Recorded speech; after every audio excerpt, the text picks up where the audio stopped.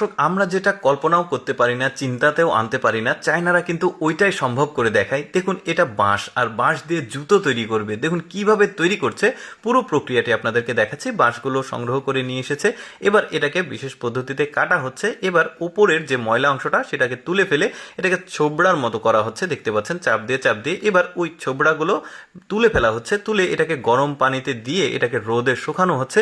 দেখুন পুরো প্রক্রিয়াটি কিন্তু বিভিন্ন ধাপে ধাপে রয়েছে। এরপরে এটা দিয়ে তৈরি করা হবে সুতো। দেখতে পাচ্ছেন সুতো তৈরি হয়েছে, ঠিক যেন পাটের সুতো, সেটাও দেখাবো আপনাদেরকে। সুতোটা তৈরি করা হলো বাঁশের সুতো, আপনারা কখনো দেখেছেন? আচ্ছা, এবার স্যান্ডেলের যে ফ্রেম সেটাকে তৈরি করছে ওই সুতো দিয়েই। দেখুন কিভাবে তৈরি করে স্যান্ডেলের যে তলার অংশ সেটা কিন্তু তৈরি হচ্ছে।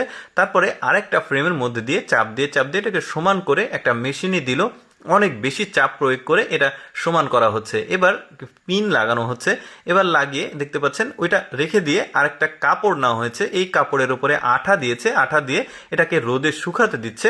রোদে শুকিয়ে যখন এটা শক্ত হয়ে যাবে তখন এটাকে তুলে নিয়ে আসবে, নিয়ে এসে এটা একটা আঠা, যেটা কাজে লাগবে, একটু পরে দেখতে পারবেন। এরপরে ওই কাপড়গুলো একত্রিত করে এটাকে একটা ফ্রেমে তৈরি করা হচ্ছে। দেখতে পাচ্ছেন আঠাগুলো যেটা গোলা হলো ওইটা কিন্তু এখানে লাগিয়ে দেওয়া হয়েছে। এখন চারিদিক দিয়ে বিট দিয়ে ওই কাপড়টাকে লাগিয়ে দেওয়া হচ্ছে। এরপরে উপরে আবার আঠা দেওয়া হচ্ছে, দিয়ে আর একটা কাপড় দিয়ে এটাকে চাপ দেওয়া হচ্ছে। দেখুন কত প্রক্রিয়ার মাধ্যমে এটা কিন্তু তৈরি করে। এরপরে জিন্সের যে কাপড় রয়েছে এই কাপড়টা সেলাই করে এই যে জুতার ফর্মটা তৈরি করা হলো। এবার তলা তৈরি করা হবে।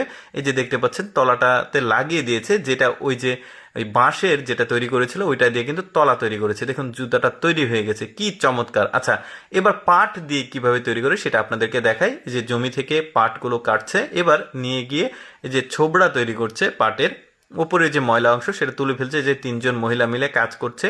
এই প্রক্রিয়াটাও কিন্তু একটু জটিল। এরপরে রোদে শুকাচ্ছে ওই পাটকে, যেটা ছোবড়া করা হলো। এরপর রোদে শুকানো হলে এটাকে তুলে নিয়ে আসছে, নিয়ে এসে একটা মেশিনে দিয়ে এটা প্রক্রিয়া করছে। এরপরে আবারও তাকে রোদে দেওয়া হয়েছে, রোদে শুকানোর পর আবার একটা মেশিনে দিয়ে এটাকে সুতাতে রূপান্তরিত করা হচ্ছে।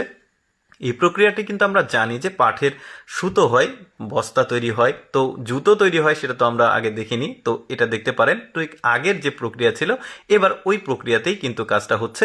এবার ফ্রেমটা তৈরি করা হচ্ছে, জুতার যে ফ্রেম, মানে তলা যেখানে আমাদের পা থাকে।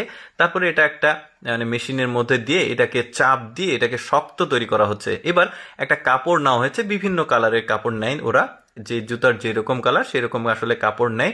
এবার ওই কাপড়টা আঠা লাগিয়ে এটাকে শুকাতে দেওয়া হয়েছে। যখন শুকে গেছে এটাকে নিয়ে এসে কাটা হচ্ছে। দেখুন এখন যেটা দেখছেন ওইটাই কিন্তু ওই যে পাট থেকে তৈরি করা হলো সেই জিনিসটা। এবারে জিন্সের কাপড়, যেটা আগের ভিডিওতে দেখেছেন, এই জিন্সের কাপড় দিয়ে জুতার যে ফ্রেম সেটাকে তৈরি করা হয়েছে। চারদিক দিয়ে এবার সেলাই করা হচ্ছে। এবার হয়ে গেছে। কিন্তু কেমন লাগলো দর্শক ভিডিওটা কমেন্ট করে জানাবেন। এইরকম ভিডিও প্রতিদিন দেখতে পেজটিকে ফলো রাখতে পারেন।